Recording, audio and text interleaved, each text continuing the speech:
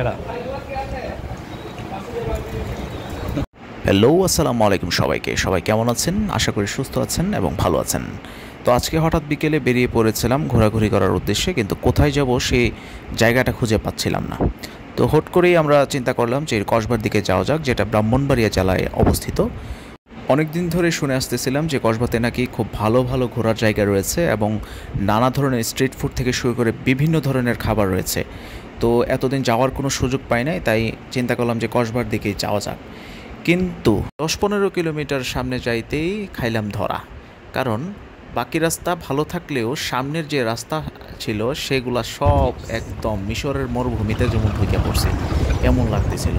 তো হঠাৎ করে কি করব চিন্তা করতে করতেই আরও ৪-৫ কিলোমিটার গেলাম, কিন্তু আমার পক্ষে আর সামনে যাওয়ার মতো কোনো অবস্থা ছিল না, কারণ গাড়ি চালানো এত একটা সমস্যা হয়ে গেছিলো, মানে একদম নাজেহাল অবস্থা। তখন গাড়ি ঘুরিয়ে আমি এবং আমার কাজিন মিলে আবার উল্টা পথে রওনা হইলাম, কিন্তু ভাবতেছিলাম কই আর ঘুরতে যাওয়া যায়। তো খোঁজাখুঁজির পর চিন্তা করলাম যে গঙ্গাসাগর দিঘিতেই যাই, কারণ এখন আর এই সময়ের মধ্যে দূরে কোথাও গিয়ে লাভ নাই, কারণ হাতে সময় ছিল খুবই অল্প। তো আমরা চলে আসলাম গঙ্গাসাগরের এই কাচারি পাড়ে। তো এখানে এসেও দেখি মানুষের ভিড় মোটামুটি আছে এবং সবাই সবার মতো ছবি তুলতেছে, টিকটক করতেছে, ভিডিও করতেছে। গঙ্গাসাগরের এই যে দিঘির পাড়ে এই ঘোড়াটাকে দেখতে পেলাম। আসলে কি এটা কি ঘোড়া নাকি অন্য কিছু মনে হচ্ছিল আমার কাছে, আমি ঠিক বলতে পারবো না। দেখতে ঘোড়ার শেপ মনে হইলেও আসলে আমার কাছে ঠিক ঘোড়া মনে হইল না, আবার গাধাও মনে হইল না। এটা সবসময় এখানে থাকে। আর হঠাৎ করে ঘোড়া দেখাতে গিয়ে একটা ট্রেন চলে আসে, দেখেন।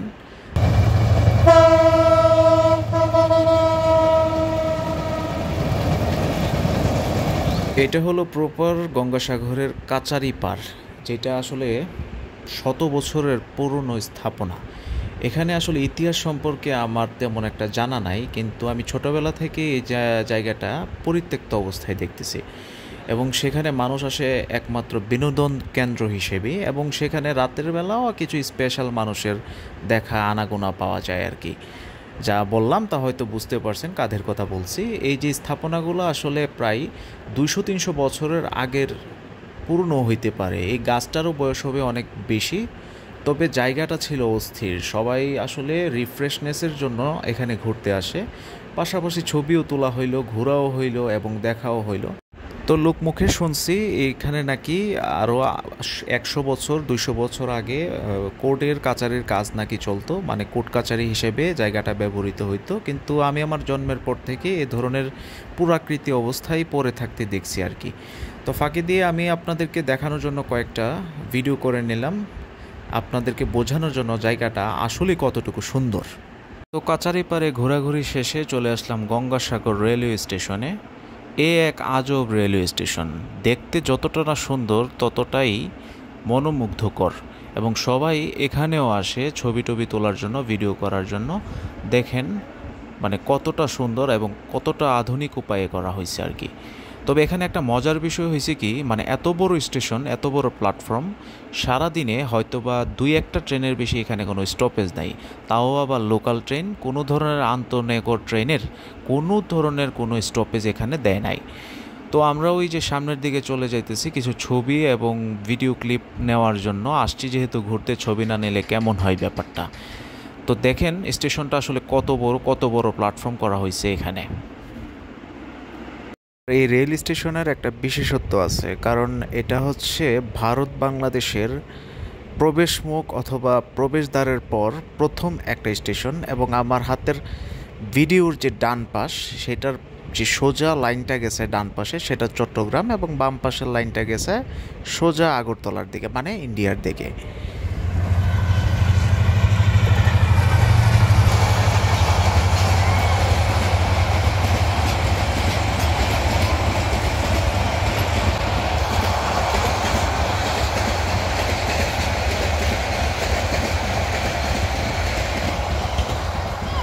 তো অনেকক্ষণ সময় কাটানোর পর আমরা চললাম বাসার পথে, আর খুঁজতেছিলাম যে আশেপাশে কোথাও খাবারের সন্ধান পাই কিনা এবং কোথাও কোনো রেস্টুরেন্ট আছে কিনা। এমনি সামনে যাইতে দেখি কি তার্কিশ নামের একটা রেস্টুরেন্ট, যেটা আসলে স্ট্রিট ফুড টাইপের একটা ফুড কার্ট ছিল, এবং এখানে কিছু ফাস্ট ফুড আইটেম ছিল যেগুলো আসলে অনেক রিজনেবল প্রাইস ছিল আর কি। এই হচ্ছে তাদের চিকেন ফ্রাই, যার দাম ছিল 65 টাকা, যা কোয়ান্টিটি অনুযায়ী দাম অনুযায়ী মোটামুটি ভালোই ছিল। পাশাপাশি বার্গার এবং ফ্রেঞ্চ ফ্রাই। আমরা এখন ভাবতেছিলাম যে কি খাওয়া যায়। প্রথমে ভাবছিলাম যে চিকেন ফ্রাইটাই ট্রাই করি, যেহেতু সামনাসামনি এটা ভেজে দিচ্ছে ভালোই হবে ভাবছিলাম। তো আমার কাজিনে বললো নাকি চিকেন নাকি সে খায় না এবং পছন্দ করে না। তখন চিন্তায় পড়ে গেলাম আসলে কি খাবো। তো উনি তখন আমাদেরকে বলল যে ভাই একটা নতুন আইটেম আছে, ওইটা ট্রাই করেন। আমি বললাম কি? তখন তিনি বলতেছে যে কাপ মিট বক্স। আমি তো শুনে একটু অবাক হইলাম, মিট বক্স তো মিট বক্সই হয়, আবার কাপ হয় কেমনে? তো ওইটা চিন্তা করলাম না। আর যাক, যাই হোক না কেন, উনি বলছে একটা খাইয়ে দেখি। তখন দামের কথা জিজ্ঞেস করলাম, উনি বলল মাত্র 40 টাকা নাকি। তো 40 টাকায় মিট বক্স, এটা আসলে প্রায় অসম্ভবই। বাংলাদেশের কোথাও কোনো 40 টাকায় মিট বক্স নাই। তো আসলে জিনিসটা কি, এটা দেখার জন্য, ট্রাই করার জন্য অন্তত পক্ষে এটা খাওয়া উচিত। তো আমি বললাম যে দেন আমাদেরকে একটু খাইয়া দেখি জিনিসটা কেমন।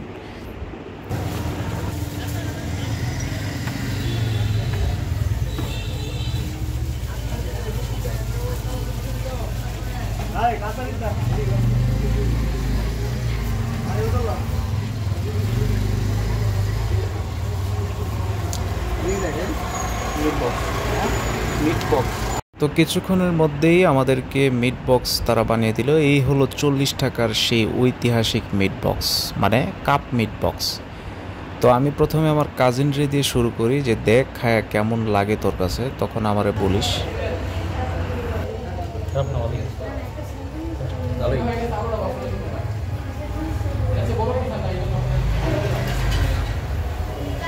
তখন সায়েমের কথা বিশ্বাস করে তারপর আমি মুখে দিলাম, না আসলে এই জিনিসটা খারাপ না। 40 টাকা অনুযায়ী মানে জিনিসটা ভালোই ছিল। ভালো না, এক কথাই অসাধারণ ছিল। মানে দামের তুলনায় জিনিসটা আসলে মোটামুটি পারফেক্ট।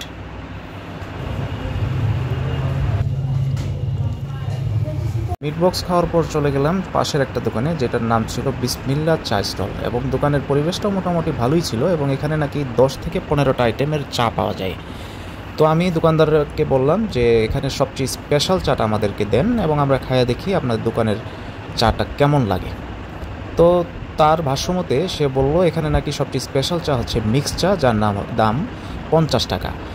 তো আমি বললাম দেন দেখি আপনার মিক্স চা খাইতে কেমন লাগে। তো এখানে দেখলাম অনেক কিছু উনি ইউজ করতেছে, নারিকেল, হরলিক্স, বাদাম এবং অনেক রকমের আইটেম, যা 10-15টা আইটেম ছিল। তো এটা দেখে মোটামুটি ভালোই লাগছে। 50 টাকা দাম, এর মধ্যে এত কোয়ান্টিটির জিনিসপত্র দিতেছে, চার মধ্যে খাওয়াই যায়।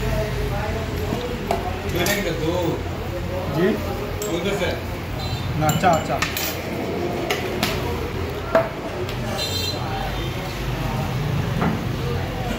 না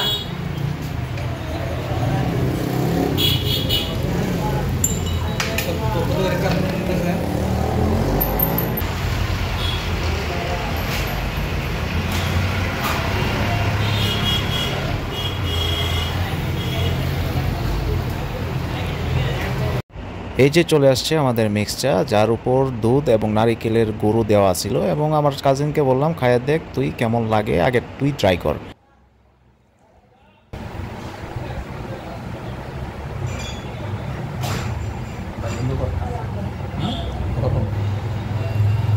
তো সায়েমের খাওয়া দেখে আমিও এক চুমুক মুখে দিছিলাম। না, চাটা আসলেই লিটারেলি যদি চায়ের প্রশংসা করতে হয় আসলেই মজা ছিল, এবং উত্তেজনার বসে একটা টান দিছিলাম, আর অবস্থা তো খারাপই হয়ে গেছিল।